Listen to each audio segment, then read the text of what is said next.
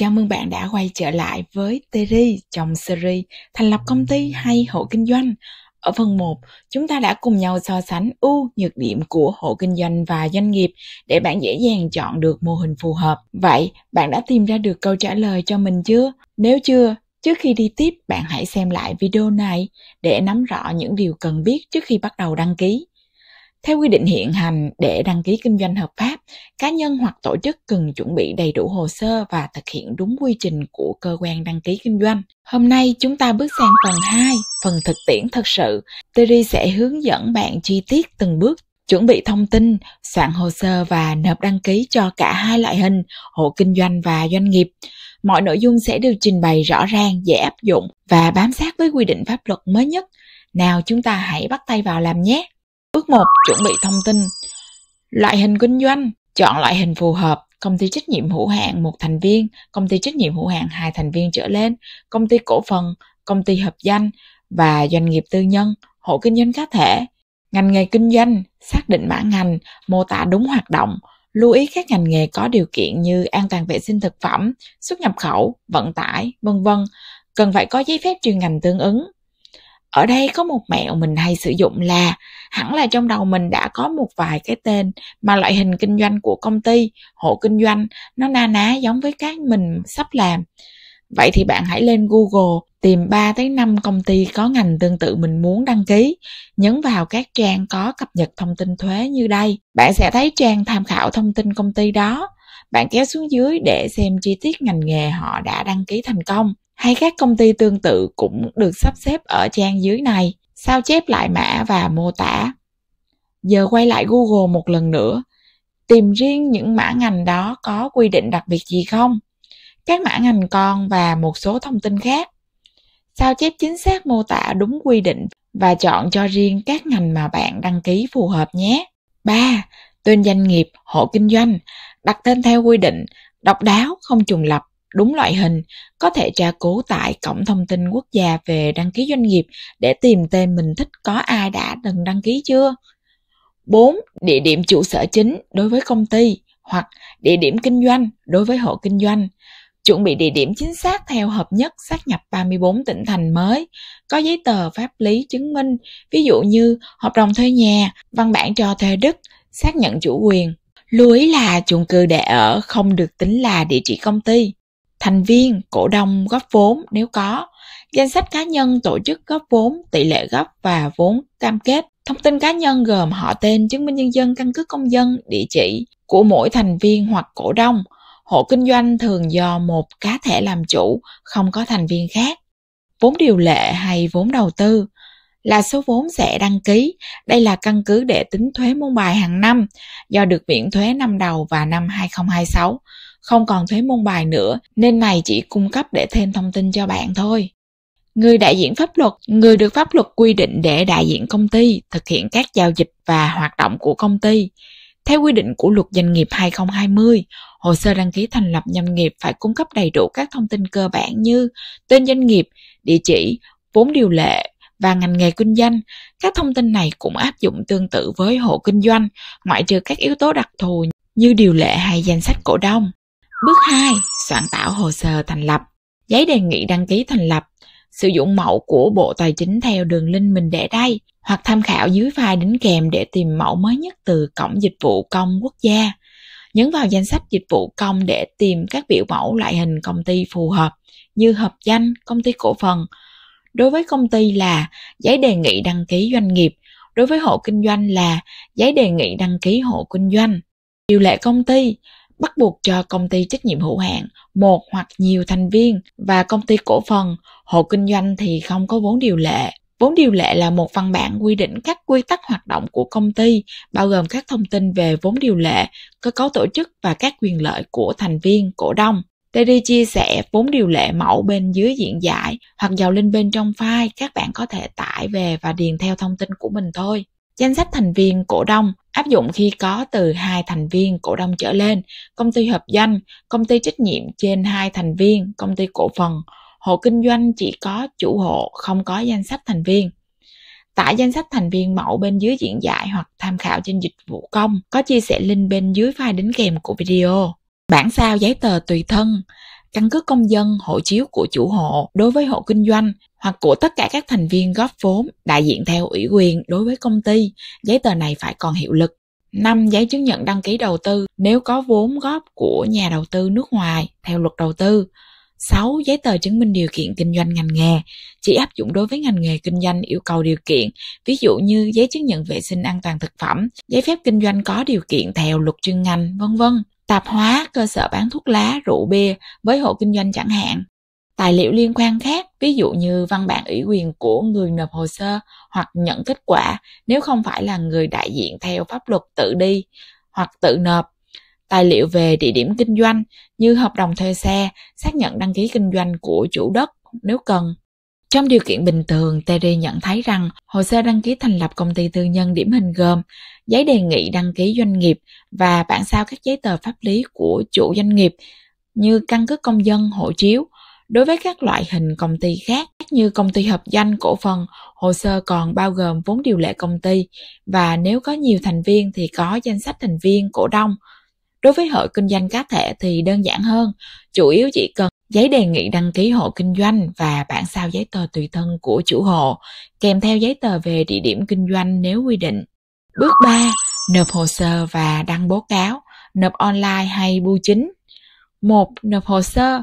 Trước đây, doanh nghiệp nộp trực tiếp tại phòng đăng ký kinh doanh của Sở Kế hoạch và Đầu tư cấp tỉnh và hộ kinh doanh sẽ nộp tại Ủy ban Nhân dân cấp quận, cấp huyện. Hiện nay, hình thức nộp trực tuyến cho cả doanh nghiệp và hộ kinh doanh qua Cổng Thông tin Quốc gia về đăng ký kinh doanh hoặc gửi qua bưu chính qua phòng đăng ký kinh doanh cấp tỉnh, nơi doanh nghiệp đặt trụ sở chính đối với doanh nghiệp, hoặc Ủy ban Nhân dân cấp xã, phường, nơi đặt trụ sở của hộ kinh doanh. Lệ phí đăng ký giấy phép kinh doanh. Hiện nay miễn lệ phí đăng ký doanh nghiệp theo quy định hoặc hỗ trợ mức phí rất thấp nếu mà nộp trực tuyến. Hộ kinh doanh nộp phí tại Ủy ban Nhân dân cấp xã, phường theo quy định của từng địa phương hoặc theo ngành nghề kinh doanh. Tham khảo lệ phí tại phòng đăng ký kinh doanh tại địa phương để có mức chính xác nhất. Hôm trước mình làm trực tuyến cho doanh nghiệp tại thành phố Hồ Chí Minh thì nó vào khoảng cỡ 100.000 đồng cho một lần đăng ký và hộ kinh doanh cũng có mức giá tương tự. Mình chia sẻ cho bạn tham khảo nhé. Nhận kết quả. Trong khoảng từ 3 tới 5 ngày làm việc tùy nơi, bạn sẽ nhận được giấy chứng nhận đăng ký doanh nghiệp cho công ty hoặc giấy chứng nhận đăng ký hộ kinh doanh cho hộ kinh doanh. Giấy chứng nhận này được xem là giấy khai sinh pháp lý của doanh nghiệp và hộ kinh doanh. Đăng báo cáo nội dung. Doanh nghiệp phải nộp phí công bố thông tin lên Cổng Thông tin Quốc gia theo quy định để công khai nội dung đăng ký như tên công ty, ngành, đại diện pháp luật, v.v. Đây là bước bắt buộc đối với doanh nghiệp vừa thành lập. Khi đăng ký thì phòng đăng ký kinh doanh sẽ làm cho bạn việc này. Khi bạn nhận giấy phép thì bạn tìm một số thông tin công ty của mình trên trang thuế hoặc trang luật sẽ thấy xuất hiện là xong. Tránh trường hợp bạn thuê dịch vụ bên ngoài họ sẽ đòi thêm phí hoặc thêm quy trình để chạc thêm phí cho bạn nhé. Hộ kinh doanh hiện không có quy định bắt buộc đăng công bố trên cổng quốc gia như doanh nghiệp. Hộ chỉ cần nhận giấy phép tại Ủy ban Nhân dân địa phương hoặc tự lưu giữ thông tin đăng ký tại cơ quan cấp phép. Khai thuế và vận hành. Sau khi có giấy chứng nhận, doanh nghiệp và hộ kinh doanh sẽ được cấp mã số thuế, khai thuế môn bài và đăng ký sử dụng hóa đơn, làm thủ tục thuế ban đầu cùng nhiều thủ tục khác liên quan, hoặc bắt đầu hoạt động kinh doanh theo đúng nội dung đã đăng ký. Phần này mình sẽ tách ra là một video riêng. Khi bạn đã có giấy chứng nhận trên tay, mình sẽ chia sẻ toàn bộ bí kíp để không bị bỡ ngỡ hoặc hoang mang như mình lúc trước. Rất thực tế và dễ áp dụng luôn. Hẹn gặp lại bạn vào tuần sau nhé. Nếu nộp hồ sơ hợp lệ và đầy đủ, cơ quan đăng ký sẽ cấp giấy chứng nhận đăng ký theo thời gian quy định của luật doanh nghiệp. Giấy chứng nhận cấp khi hồ sơ đáp ứng đầy đủ các điều kiện như thông tin chính xác, ngành nghề hợp pháp và lệ phí đã nộp. Hộ kinh doanh khi nhận giấy chứng nhận đăng ký hộ kinh doanh sẽ được cấp phép hoạt động tại địa điểm đã đăng ký. Phần 3. Những lỗi thường gặp và mẹo tiết kiệm chi phí và thời gian của bạn trong quá trình thực hiện. Đến phần quan trọng nhất, mình sẽ tổng hợp những lỗi thường gặp và mẹo giúp bạn tiết kiệm được thời gian và chi phí khi làm thủ tục. Những kinh nghiệm thực tế này sẽ giúp bạn tránh được hầu hết các rủi ro và hoàn thành hồ sơ trơn tru hơn ngay từng lần đầu. 1. Bản demo từng bước đăng ký kinh doanh online. Nhập đường link được hiển thị trên màn hình để vào trang chủ của Cổng Thông tin Quốc gia về đăng ký doanh nghiệp. Bước 1. Chuẩn bị biểu mẫu. Điền tất cả các thông tin đúng như thông tin giấy tờ người đại diện và hiện trạng kinh doanh, địa điểm kinh doanh. Về thông tin tên công ty, hộ kinh doanh, bạn nên tìm xem thêm bạn dự định đặt có trùng với doanh nghiệp, hộ kinh doanh nào đã đăng ký trước đây hay chưa. Tại mục tìm kiếm góc trên bên phải màn hình, tại trang chủ của Cổng Thông tin Quốc gia về đăng ký doanh nghiệp như màn hình hiển thị tại đây. Tìm kiếm và kê khai ngành nghề kinh doanh theo mẹo phần đầu của video mình đã giới thiệu. Riêng mẫu dành cho công ty doanh nghiệp có thêm phần thông tin thuế của mẫu này. Tùy vào loại hình và dịch vụ bạn cần đăng ký tương ứng. Như thường mình sẽ chọn khai và chọn hình thức hoạch toán độc lập. Năm tài chính thì theo năm dương lịch. Phương pháp tính thuế là khấu trừ, đăng ký sử dụng hóa đơn điện tử và phương thức đóng bảo hiểm xã hội theo hàng tháng. Nhớ là khai tới đâu thì nên đọc chi tiết hướng dẫn ở bên dưới. Các mẫu cuối trang đều có hướng dẫn cách kê khai.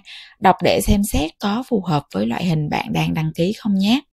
Bạn in mẫu đăng ký và ký tên, sau đó scan lại mẫu đăng ký đã có mẫu chữ ký của bạn. Nếu nộp bưu chính hay với hộ kinh doanh nộp tại Ủy ban Nhân dân phường xã thì không cần scan tất cả hồ sơ, bạn chỉ in điền thông tin và ký tên dưới các mẫu. Kèm theo giấy tờ tùy thân của người đại diện hay chủ hộ kinh doanh và các giấy tờ khác theo các loại hình đăng ký của bạn đã trình bày ở phần trước. Đặc biệt lưu ý đối với giấy tờ này thì phải còn hiệu lực và được sao y chứng thực rồi. Bạn scan màu từ giấy tờ chính, nếu không chứng thực sẽ bị trả hồ sơ nên mình lưu ý nhé. Bước 2. Nộp hồ sơ online với việc đăng ký doanh nghiệp hay hộ kinh doanh không đăng ký trực tiếp được. Tại trang chủ, chọn loại hình bạn muốn đăng ký là doanh nghiệp hay hộ kinh doanh. Đăng nhập vào hệ thống bằng tài khoản VNeID cho việc đăng ký kinh doanh dành cho doanh nghiệp. Với hộ kinh doanh, có các tỉnh theo danh sách bên dưới là hỗ trợ đăng ký trực tuyến. Còn lại bạn nên liên hệ phòng đăng ký kinh doanh tại Ủy ban Nhân dân phường xã của bạn đang sinh sống để được hỗ trợ đăng ký. Và bạn cũng có thể xem tất cả các hướng dẫn chi tiết khác liên quan ngay tại trang chủ này luôn. Đăng nhập bằng tài khoản doanh nghiệp hoặc tài khoản định danh điện tử cá nhân. Nhấn thông tin đăng nhập hoặc từ app VNeID, quét mã để đăng nhập vào Cổng Thông tin Quốc gia để tiến hành đăng ký. Bạn cũng có thể liên kết tài khoản hoặc tạo tài khoản đăng ký kinh doanh mới khi đăng nhập vào VNeID thành công. Tại trang chủ, sau khi đăng nhập, tab đăng ký doanh nghiệp, chọn nộp hồ sơ sử dụng tài khoản đăng ký kinh doanh. Nhấn tiếp theo. Mình thành lập mới thì chọn thành lập mới doanh nghiệp, đơn vị trực thuộc. Tiếp theo, bạn có thể chọn cấp lại hay thay đổi nội dung giấy phép kinh doanh tại đây luôn cho các doanh nghiệp muốn thay đổi địa chỉ sau sáp nhập từ ngày 1 tháng 7 năm 2025 hay nội dung giấy phép đăng ký kinh doanh của bạn có thay đổi. Chọn loại hình mong muốn ở đây, mình chọn loại hình phổ biến là công ty trách nhiệm hữu hạn một thành viên làm ví dụ minh họa cho các bạn. Sau đó nhấn tiếp tục. Xem lại lựa chọn của bạn một lần nữa, nếu không đúng có thể quay trở lại thay đổi, còn chính xác thì chọn bắt đầu. Nhập thông tin của bạn lần lượt ở các mục bên tay trái này. Trình tự các thông tin sẽ tương ứng với mẫu đăng ký doanh nghiệp bạn điền trước đó. Cứ nhập đến hết tất cả các mục. Các dữ liệu đã được nhập đúng và đầy đủ thì sẽ thấy tích xanh lá như bên trái này. Phần hình thức đăng ký bạn chọn thành lập mới. Tại ngành nghề kinh doanh, bạn cứ nhập mã ngành nghề hoạt động theo đúng mẫu đăng ký kinh doanh của bạn. Nhấn tìm kiếm mã ngành trên thanh công cụ, chọn mã số đúng, nhấn chọn để thêm tự động vào danh sách bên dưới. Nếu các ngành có chi tiết bên dưới thì bạn cần nhập đầy đủ diễn giải tại ô màu trắng bên dưới tên mã ngành. Tích chọn ngành hoạt động chính cho công ty của bạn. Nhấn cập nhật chính. Sau khi chọn xong, bạn nhớ nhấn lưu giữa các mục để dữ liệu được ghi nhận nhé. Phần thông tin thuế chọn như mẫu đăng ký kinh doanh và thông tin mình đã chia sẻ ở phần trước và lưu. Đến phần văn bản đính kèm, nhấn vào dấu cộng để chọn tên loại văn bản cần đính kèm. Chọn loại phù hợp và nhấn lưu để tên văn bản nhảy tự động và liệt kê bên dưới. Sau đó chúng cũng xuất hiện bên tay trái dưới mục văn bản đính kèm này. Nhấn vào tên văn bản đính kèm và tải lên bản scan tương ứng, sau đó nhấn lưu. Làm lần lượt đến hết tất cả các file đính kèm được quy định trong loại hồ sơ và hình thức đăng ký kinh doanh của bạn. Sau khi hoàn thành kê khai, bạn nhấn kiểm tra thông tin để hệ thống có thể kiểm tra dữ liệu cho bạn. Bạn yên tâm, đừng lo lắng rằng mình nhập có chính xác hay không. Nếu có dữ liệu sai ở đâu thì hệ thống sẽ báo đỏ ở phía trên cùng như thế này. Việc của bạn chỉ cần quay lại đúng mục đó và chỉnh sửa phù hợp. Bạn có thể nhấn xem trước để xem lại thông tin bạn đã kê khai một lần nữa. Nếu đã chính xác, trùng với biểu mẫu bạn đã in ký tên thì nhấn nút chuẩn bị. Nút ký số xác nhận bằng tài khoản đăng ký kinh doanh sẽ hiện lên. tích chọn "Tôi xin cam đoan tính trung thực, chính xác và toàn vẹn của hồ sơ đăng ký và tài liệu đính kèm" và nhập tài khoản đăng nhập cùng mật khẩu để gửi hồ sơ lên phòng đăng ký kinh doanh. Chọn thanh toán để đóng phí và hoàn tất hồ sơ. Bạn sẽ nhận được biên lai vào email bạn đã đăng ký và chờ hệ thống xử lý hồ sơ của bạn. Nhớ lưu trữ lại biên lai này để khi có kết quả, bạn cần tải file này lên đường link để đăng ký nhận bản giấy phép kinh doanh gửi về địa điểm của bạn. Bạn cũng có thể kiểm tra trạng thái hồ sơ hoặc tất cả các thủ tục bạn đã đăng ký tại module danh sách hồ sơ đăng ký. Chọn loại hồ sơ tại hình thức đăng ký và kiểm tra tích hợp. Làm tương tự với hộ kinh doanh khi đăng ký online. Đăng nhập vào hệ thống đăng ký hộ kinh doanh theo đường link này. Mình có để link trong file đính kèm bên dưới diễn giải của video này. Các bạn xem lần lượt thao tác phần đăng ký này sẽ giống như phần đăng ký doanh nghiệp, công ty mình đã diễn giải ở trước tương tự.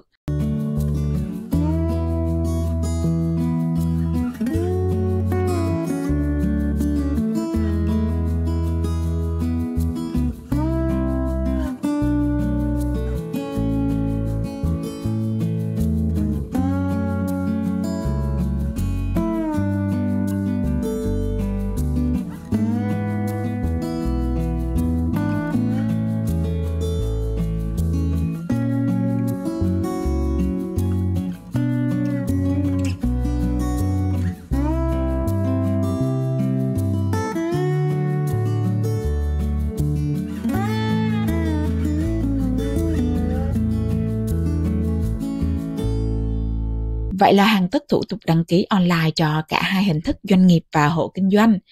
Với doanh nghiệp thì hệ thống đã có từ lâu và là hình thức bắt buộc nên dễ dàng thực hiện online. Còn hộ kinh doanh đang được hỗ trợ trực tiếp tại phường, xã, nơi bạn đặt cơ sở kinh doanh hoặc sinh sống. Nên tiện lợi hơn thì bạn nên hoàn thành một bộ hồ sơ đầy đủ và nộp trực tiếp tại Ủy ban Nhân dân phường, xã sẽ nhanh hơn. Vì hệ thống còn mới, giới hạn một số tỉnh và còn nhiều bất cập trong việc nộp online. 2. Chia sẻ thêm những mẹo để xử lý các trường hợp thường gặp trong quá trình đăng ký kinh doanh. 1. Các mẫu giấy tờ và quy trình. Nên tham khảo các loại hồ sơ dịch vụ công trên cổng dịch vụ công quốc gia tương ứng với loại hình bạn muốn đăng ký để cập nhật quy trình cũng như các mẫu đăng ký mới nhất phù hợp với luật hiện hành. Cũng như cổng thông tin quốc gia về đăng ký doanh nghiệp, mọi thông tin thay đổi hay quy trình hướng dẫn đều được thể hiện hết sức chi tiết tại trang web này. 2. Tra cứu tên doanh nghiệp, hộ kinh doanh trước khi thực hiện. Việc chọn tên và tra cứu trước khi bắt đầu kê khai là hết sức cần thiết để tránh trùng lặp với công ty và hộ kinh doanh đã được đặt và đăng ký trước khi bạn đăng ký. Vì tên bạn mong muốn mà bị trùng lặp thì không được đăng ký nữa. 3. In ấn, ký, chứng thực và scan hồ sơ. Điền thông tin của bạn trong form đăng ký hay hồ sơ với loại hình đăng ký thì việc in ấn và ký tên trên đó cần được thực hiện. Sau đó nếu nộp online thì bạn sẽ chia từng loại giấy tờ và scan từng loại riêng để tiện tải lên hồ sơ đăng ký online. Với các chứng từ như giấy tờ pháp lý, cần chứng thực của cơ quan, tổ chức có thẩm quyền theo đúng quy định về bản sao tại khoản 1 điều 4 Luật Doanh nghiệp 2020. 4. Theo dõi email thường xuyên. Sau khi nộp hồ sơ thành công, bạn cần lưu ý đến email bạn đăng ký để theo dõi chính xác tiến trình, kết quả hồ sơ của bạn vì bất kỳ cập nhật, thông báo đều được gửi qua email hay tin nhắn điện thoại của bạn. Nếu hồ sơ cần bạn bổ sung hay yêu cầu khác trên hồ sơ của bạn, thì bạn cần quay lại để chỉnh sửa hồ sơ trong vòng 60 ngày kể từ ngày gửi thông báo và ký lại trên trang web, cũng như việc nhận thông báo kết quả hồ sơ thành công và cấp giấy phép, nên cần theo dõi kịp thời để tiện cho công việc tiếp theo của bạn. 5. Thông tin đăng ký. Đảm bảo trùng khớp 100% thông tin giữa mẫu thông tin bạn đã điền và hệ thống hồ sơ đăng ký. Tên doanh nghiệp, hộ kinh doanh phải được viết in hoa hết các ký tự khi thực hiện đăng ký. Như ví dụ ở đây nhé. Nhập chính xác thông tin người đại diện pháp luật theo hệ thống quản lý quốc gia. Chú ý địa chỉ trước và sau xác nhập, số định danh và một số thông tin cá nhân khác phải được cập nhật mới nhất và còn hiệu lực. Tên tiếng nước ngoài và tên viết tắt phải được viết tương ứng theo Điều 39 Luật Doanh nghiệp 2020. Xem chi tiết ví dụ này. Kê khai đúng tên của cơ quan đăng ký kinh doanh. Bạn cần tìm hiểu và tham khảo trước tên chính xác của cơ quan bạn sắp nộp lên, tránh bị sai thông tin để hồ sơ bị trả về. Xem thêm ví dụ tại đây. Nhập mã ngành nghề và diễn giải đúng hệ thống ngành kinh tế Việt Nam theo quyết định 27/2018/QĐ. Mã ngành và diễn giải mình có để link trong file đính kèm bên dưới diễn giải của video này. Bạn có thể tham khảo qua để có cách viết đúng và chính xác, hay có thể làm theo mẹo mình đã chia sẻ ở phần chuẩn bị hồ sơ của video. 6. Chỉ thay đổi thông tin mà thông báo yêu cầu cần điều chỉnh. Nếu nhận được thông báo hồ sơ cần chỉnh sửa, bạn chỉ cần thay đổi phần nào cần điều chỉnh, không thay đổi hết toàn bộ hồ sơ của mình.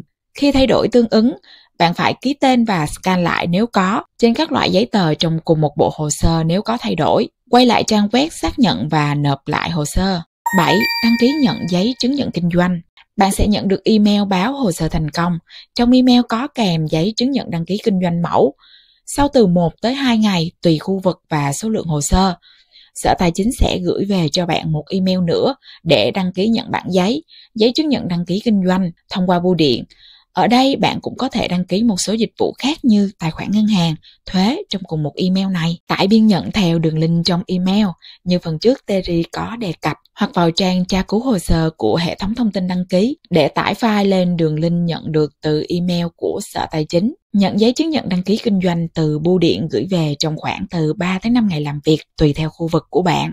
8. Thông tin hỗ trợ triển khai. Bạn yên tâm trong suốt quá trình đăng ký nộp hồ sơ, bạn có thể theo dõi chi tiết yêu cầu, thay đổi, bổ sung, hướng dẫn từ cơ quan ban ngành liên quan. Họ cũng cung cấp tên và số điện thoại nội bộ của người phụ trách hồ sơ của bạn. Nên có gì sai sót hay chưa hiểu, bạn có thể chủ động liên hệ trực tiếp với bạn phụ trách này. Hoặc bạn có thể liên hệ qua điện thoại tới phòng tuyên truyền hỗ trợ của phòng đăng ký kinh doanh, nơi bạn nộp hồ sơ để hỏi những thay đổi, tình trạng hồ sơ hoặc thắc mắc liên quan đến hồ sơ đăng ký. Terry cũng hay hỏi thông tin qua số điện thoại bàn, nhấn nhánh số 0 và chờ kết nối. Terry thấy bên họ trả lời cũng rất nhiệt tình và đầy đủ. Bạn có thể tổng hợp câu hỏi và hỏi cùng một lúc nhé. 9. Một lưu ý cuối cùng về thông tin cá nhân của bạn. Từ khi nộp hồ sơ, bạn có thể gần như chắc chắn nhận được hàng loạt các cuộc gọi hay tin nhắn chào mời dịch vụ, tư vấn, thậm chí có cả lừa đảo. Vì vậy, hãy cẩn trọng khi để lại email và số điện thoại hay thông tin cá nhân khi đăng ký để tránh bị làm phiền hoặc lợi dụng trong suốt thời gian này. Lưu ý, các cơ quan nhà nước chỉ liên hệ qua email chính thức hoặc tin nhắn SMS từ hệ thống. Tuyệt đối không dùng số di động cá nhân hay email không có đuôi của cơ quan nhà nước. Do đó, bạn đừng bấm vào bất kỳ link lạ nào khi chưa kiểm chứng. Và nếu có dấu hiệu bất thường, hãy liên hệ ngay với cơ quan chức năng để được xác thực và xử lý kịp thời.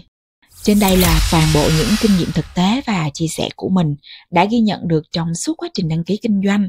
Mình đã chia sẻ lại với tất cả tâm huyết, mong rằng sẽ giúp bạn không còn bỡ ngỡ khi bắt tay vào làm. Trong video tiếp theo, mình sẽ chia sẻ toàn bộ các bước cần làm sau khi nhận giấy chứng nhận đăng ký kinh doanh để doanh nghiệp hoặc hộ kinh doanh có thể vận hành hợp pháp và trơn tru. Nội dung hơi dài nhưng cực kỳ chi tiết và thực tế. Bạn có thể điều chỉnh tốc độ video ở phần cài đặt để theo dõi phù hợp. Tin mình đi, chỉ cần xem hết, bạn sẽ nắm hết được từ A tới Z mà chẳng cần phải loay hoay nữa. Nếu thấy video này hữu ích, đừng ngại bấm like, chia sẻ để nhiều người khác cùng biết, và hãy để lại bình luận nếu bạn có thêm kinh nghiệm hoặc cập nhật mới, vì chúng ta đang học hỏi cùng nhau mà. Hẹn gặp lại bạn ở phần tiếp theo nhé!